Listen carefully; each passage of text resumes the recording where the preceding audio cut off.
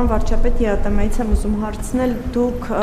Եկատերինբուրգի հանդիպումից հետո Ռուսաստանի վարչապետի հետ ասացիք, որ դեռ չեք շտաբի գնահատականներ հնչեցնել խնդիրների լուծման հետ կապված, կսպասեք որոշակի պայմանավորվածությունների մասով ինչ ընթացք կստանա գործընթացը։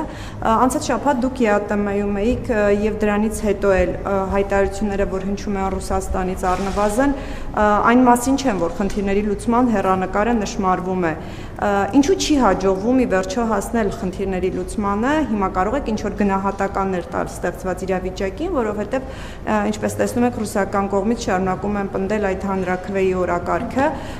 եւ ինչպես եք վերաբերվում նաեւ այն հանգամանքին, որ փոխարտգործնախարարը Ռուսաստանի ասում է, եթե հանրաքվեն չլինի, ըստեյության անդամ պետությունները ինչ որ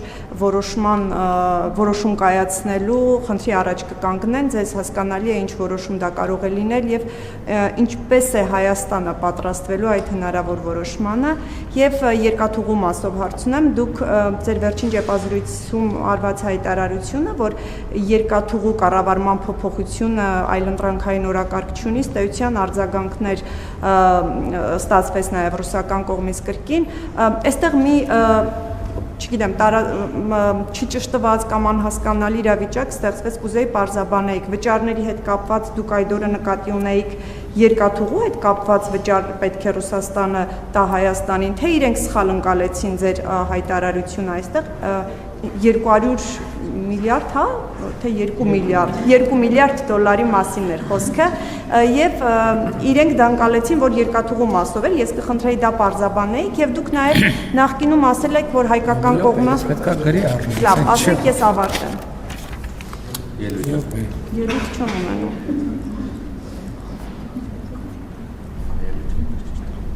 Եվ դուք նախկինում ասել եք, որ հայկական կողմը ըստեյության հակված չի երկաթուղու կառավարման այդ պայմանագիրը միակողմանի խզելու հեռանկարին, բայց կրկին ձեր վերջին ճեպազրույցում կարծես թե այդտեղ ինչ որ ակնարկ կար, որովհետև խոսեցիք, եթե տարաձայնություններ կան, պատրաստ է Հայաստանը այդ հարցերի լուծումը հասցնել նաև արբիտրաժային դատարան։ Արդյոք վերանայել եք դիրքորոշումը, այսինքն հնարավոր է ի վերջո ինչ որ X պահի Հայաստանը որոշում կայացնի երկաթուղու մասով միակողմանի խզել այդ պայմանագիրը, կրկին հաշվի առնելով այն, որ այստեղ էլ համաձայնություն չի նշмарվում, շնորհակալություն։ Ես իրականությունն այն է, որ նախորդ բրիֆինգի ժամանակ ձեր բոլոր հարցերին արդեն պատասխանել եմ, բայց չեմ զլանա նորից կանցնեմ հարցերի վրայով։ ԵԱՏՄ-ի հետ կապված ես չեմ խուսափել ոչ մի պահ գնահատականից եւ հրապարակային էլ չեմ հիշում, այստեղ թե ուրիշտեղ ասել են, որ խնդրի էությունը ինչ է, եթե այսպես ասած բանը կողքի ուղեկցող փաստերը մի կողմ դնենք եւ կենտրոնանանք բուն թեմայի վրա, բուն թեման է նա, որ ակնկալիք կա ունենալ էքսկլյուզիվ հարաբերություններ, որը մենք արդեն ասել ենք, որի հետ մենք համաձայն չենք։ Մնացածը արդեն ապրանքների ներմուծման եւ արտահանման հետ կապված խնդիրն է, որին պատրաստվելը մենք չենք կապում այս իրավիճակի հետ։ Մենք այսպես թե այնպես պետք է մեր հարաբերությունները դիվերսիֆիկացնենք եւ եթե նույնիսկ հիմա 100%-ով բացվեն, այսինքն վերադառնանք այն նախնական վիճակին, դրանից մեր օրակարգը չի փոխվում, որովհետև հենց այս ցույց տվեց եւ այսօր կառավարության նիստում ես ասացի, որ դա խնդիր է, երբ որ մեր արտահանումները կամ ներմուծումները կարող են լինել կախված լինել կամ մեծապես կախված լինել մի ուղղակից եւ ԵԱՏՄ միջկառավարական խորհրդի նիստում ունեցած իմ ելույթում եւ նաեւ հաջորդիվ ռուսաստանյան լրատվամիջոցների ներկայացուցիչների հետ հարց ու պատասխանի ընթացքում ես այդ հարցերին անդրադարձել եմ։ Ինչ վերաբերում է երկաթուղու հետ կապված իրադրությանը, մենք այդտեղ ուզում ենք բարեկամական լուծում, այսինքն մենք չենք ուզում գնալ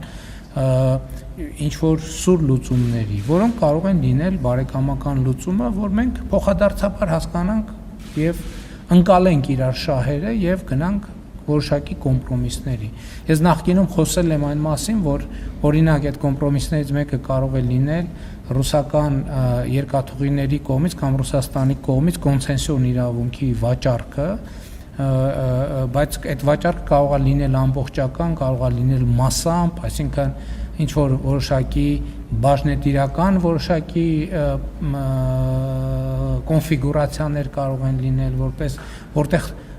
տոկոսային բաշխվածությունը լինի այնպես, որ Հայաստանի միջազգային տրանսպորտային ցանցին ինտեգրվելու այս պատմական հնարավորությունը չխոչընդոտի եւ այլն եւ այդպես շարունակ եւ ես դա նկատի ունեմ, ինչ վերաբերում է 2 միլիարդի հետ կապված հարցին, ես այնտեղ որևէ կոնկրետ բան չեմ նշել, որ կոնկրետ բանի վերագրվի, ես դա ասել եմ որպես հնարավոր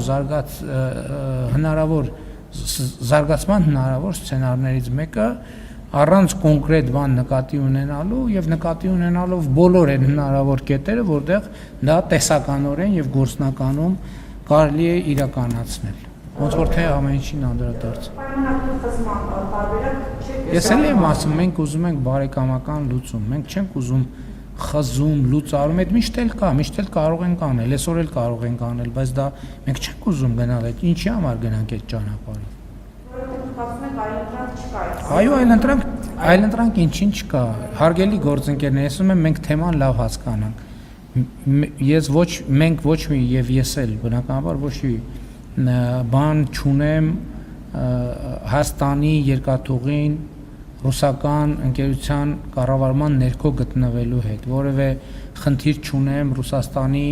ընդհակառակը հարգանքով եւ ըմբռնումով են վերաբերվում Ռուսաստանի շահերին։ Խոսքը ուրիշ բանի մասին է։ Խոսքը նրա մասին է, որ այսօր հաստատված իրավիճակը խոչընդոտում է, որպեսզի մենք իրացնենք մեր պատմական հնարավորությունը,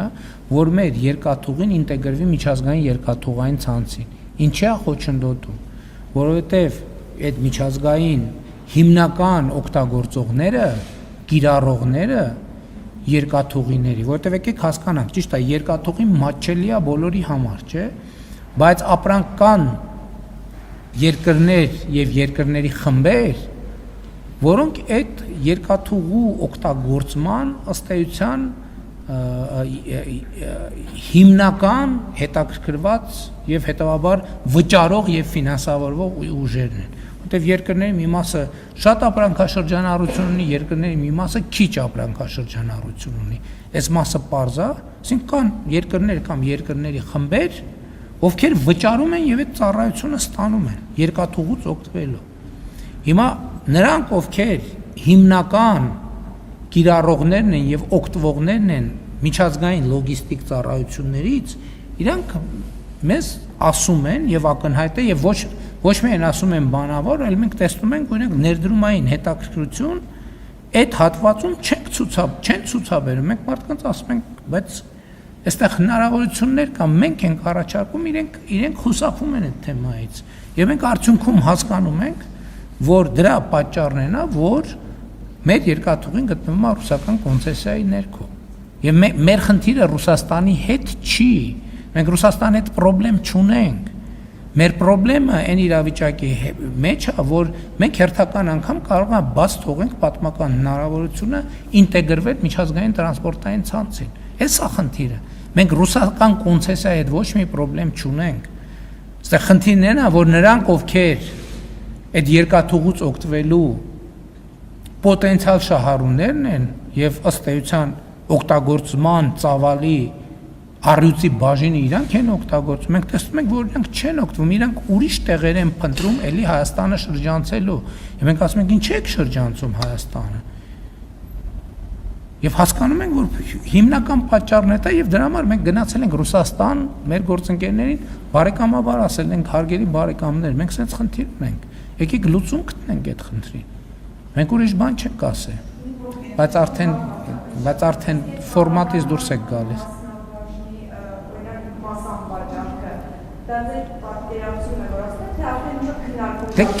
Գիտեք, երբ որ մենք լուծումներ ենք փնտրում, հասկանում եք, երբ որ լուծումներ ենք փնտրում, փորձում ենք ինչ-որ իդեաներ գեներացնել։ Հիմա որ դուք այլ մանրամասների մասին ինձ հարց տաք, ես այդ մանրամասները